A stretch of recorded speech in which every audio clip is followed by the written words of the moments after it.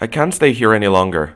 We need to run, now, she screamed and grabbed my hands, holding me so tight that she was stabbing me with her fingernails. Anna, what the hell are you doing? She tried to drag me for a few more seconds, but I refused to move, knowing that any spontaneous attempt to escape was useless. She gave me a disappointed gaze, let go of me, and started running further. But the few seconds she wasted staying with me gave the cultists time to catch up and set the other guards on her as well. I looked silently at what was going on along with the other diggers. It only took the cultists a few more seconds to catch up to Anna and pin her to the ground.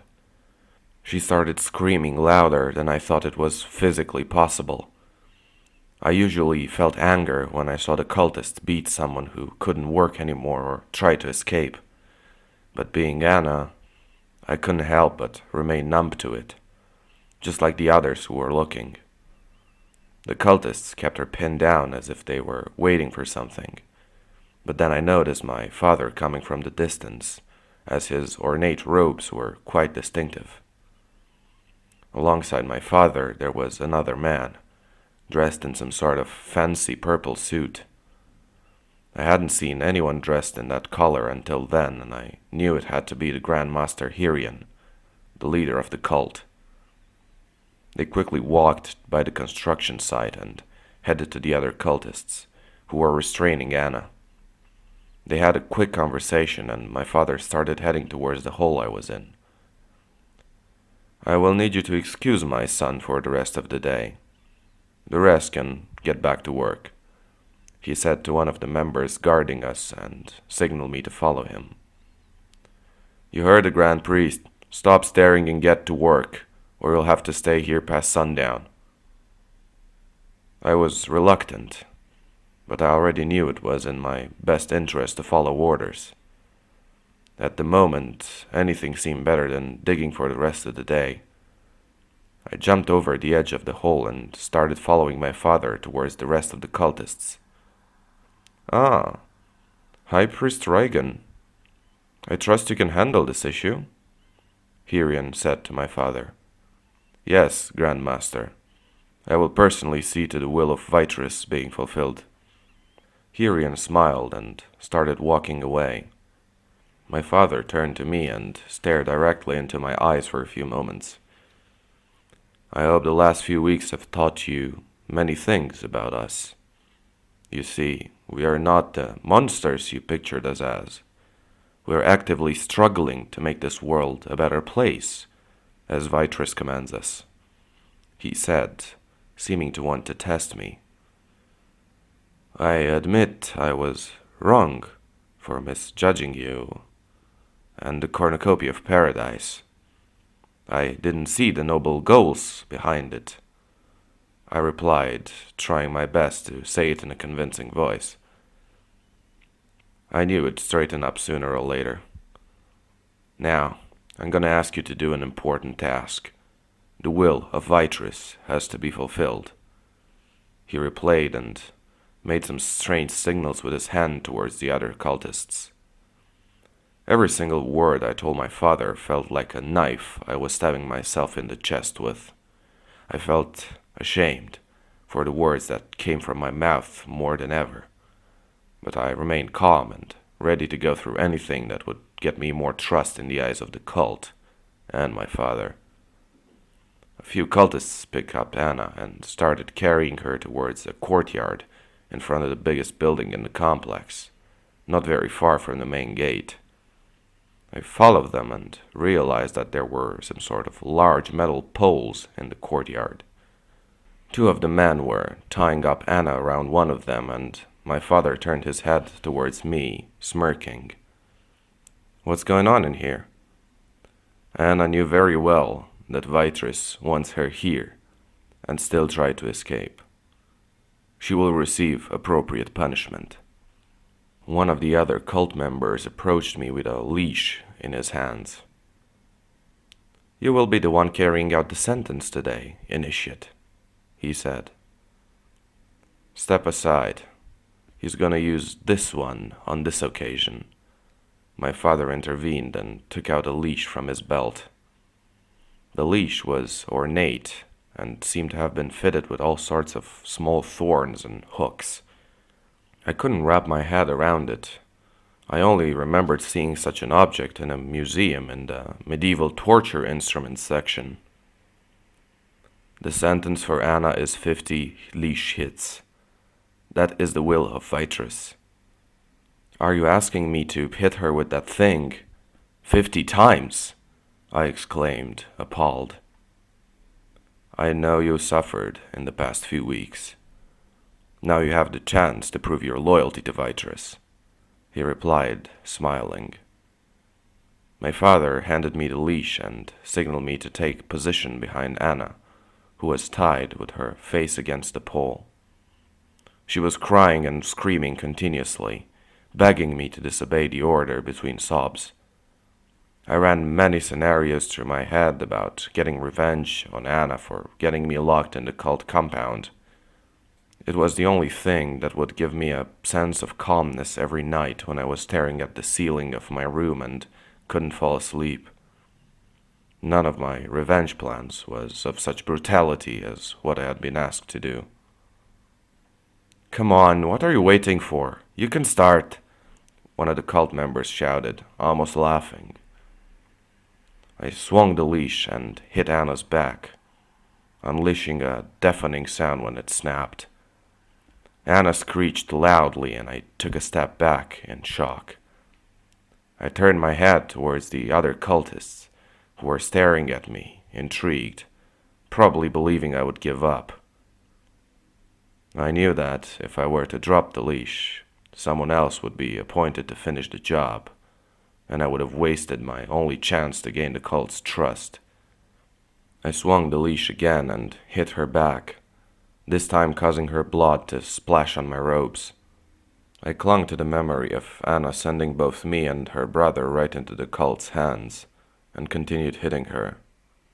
I stopped blinking and my vision started becoming cloudy. After the first 10 hits, my hands already learned the movement and I continued swinging the leash out of inertia. I only noticed after at least 20 more hits that the screaming had stopped and that she had collapsed at the base of the pole. I continued carrying out the order nonetheless and only stopped when I finished counting 50 hits in my head. Well done. This is an important step for you, fulfilling Vitress's will without questioning it. I was startled by my father's remarks and suddenly became aware of my surroundings. Anna was sitting motionless at the base of the pole, and she was bleeding profusely. There was almost no skin left on her back, and there was a pool of blood forming around her. I looked at my hand and saw the leash, which was almost completely covered in blood, and so were my robes. I know this is confusing to you. Come with me. I need to talk to you. My father spoke and gently grabbed me by the shoulder. But what about Anna? I stuttered. The others will take care of her, he replied and started escorting me towards the main building, which I never entered before. We went through the door, but I could barely find the strength to keep up with him. My sight was foggy to the point that I could barely see anything, and my knees felt as if they would break apart at any moment. Every step I took felt like it was going to shatter my body to pieces. The only image I could see clearly was that of Anna at the base of the pole, in a pool of blood. The mere idea that I had caused it, that I somehow managed to hit her that hard, became unreal, impossible to grasp. When the shock finally dissipated, I found myself in some sort of office with my father. I took a seat on a wooden chair and lost myself again in the decorations on the walls. The office's walls were filled with wooden panels, with complex models and figures carved into them. The room was abundant in bookshelves along the walls, and there was a huge, imposing desk in the middle of it.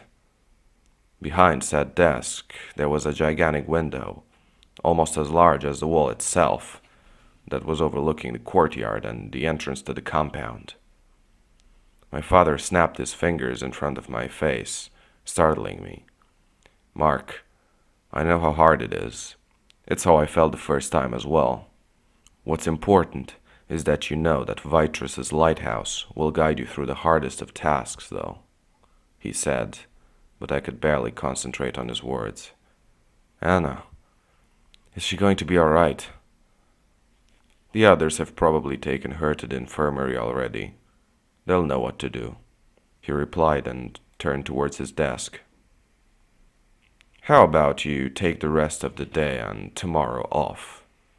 I'll let the guys know you won't be showing up for work tomorrow.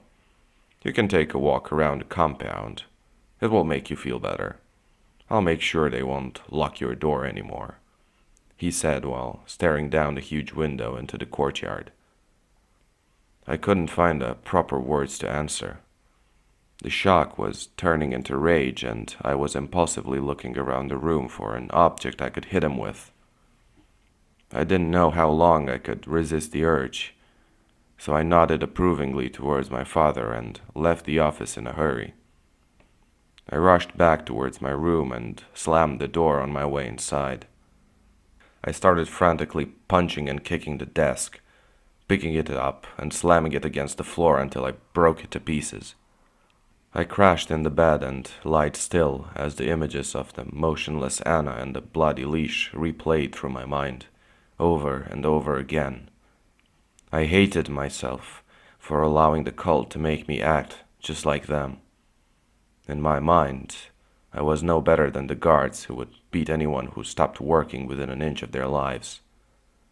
The thought of using the little freedom I had earned in order to find a way to end my life crossed my mind. But I didn't want to give the cult the satisfaction that they broke me apart. I realized that escaping was only going to be the beginning, the first step of my newly found goal. There was no way I'd run away and spend the rest of my life pretending that the cult doesn't exist. I kept wondering how they could carry on doing what they did without anyone intervening. I couldn't grasp how some sort of authority hadn't caught on to what they were really doing at the compound. Nevertheless, I was determined that I would find a way to not just escape, but bring the whole cult down, even if I had to find a way to do it by myself. I finally managed to get out of the bed later in the afternoon, just as it started getting darker outside. I left the room and started walking aimlessly through the building, studying every hallway, staircase, and corner. I spent the entire afternoon creating a mental map of the housing facility to help me in my future escape. After dinner, not long before the curfew that us initiates had, I walked outside and went straight to the main building, since I knew that the infirmary was there, having eavesdropped on most of the conversations the guards had when overseeing us at work. The place I was looking for had a distinctive metal door with a plate attached to it that read "Infirmary," so I went ahead and knocked. An older man opened the door and stared at me, visibly irritated. "What's your business here, initiate?" he asked on a grouchy tone. I was just wondering. A girl came here earlier today. Anna. Is she all right? I haven't seen or heard of any Anna in here. You should go to your housing facility, unless you want to end up here for breaking the curfew. I nodded and turned around, disappointed. The man left me with more questions than answers, but I hoped that he was just trying to mess with my mind, as all the cult members would do regularly. I walked back to my housing facility and spent most of the night oscillating between staring through the window and turning restlessly in my bed. By the time I fell asleep, I could already see the first rays of the sun going through the window, and I woke up with somewhat of a headache, well past noon. I got out of my bed and headed towards the cafeteria, trying to catch a late lunch, but I could barely eat anything from what was given to me. I pushed the food around in my plate for a few good minutes and decided to leave, without even bothering to bring back my plates. I left the building and slowly started walking through the courtyards and alleyways inside the compound. Over the course of a few good hours, I walked past every single structure, construction site, and warehouse from the complex, hoping that I would see Anna or even Andrew somewhere along the way. As I was daydreaming, it started getting dark, and I was yet to find any of them. The guards were already starting to round up the initiates who were working in order to bring them inside. So my last drop of hope that I'd be able to talk to them perished. Within 15 minutes, the outside of the complex was already deserted, and I was stumbling around one of the construction sites aimlessly, trying to get a few moments of clarity in my mind. This particular site was right at the edge of the complex, very close to the wall. I stared at the future housing facility and cringed at the idea that it would end up being filled with more young people brought there against their will, only to be turned into the cult's slaves. I let out a sigh of resignation and turned around, slowly heading towards the building I was assigned to. However, a sudden noise of muffled footsteps behind startled me and made me stop. I looked behind, only to see Andrew jump out of one of the holes from the construction site and charge towards me with a shovel in his hands. I lifted my arms to protect myself from the blow, but he still managed to strike me in the shoulder hard enough for me to lose my balance. I fell on the grass and felt Andrew's hands pushing against my chest, holding me down.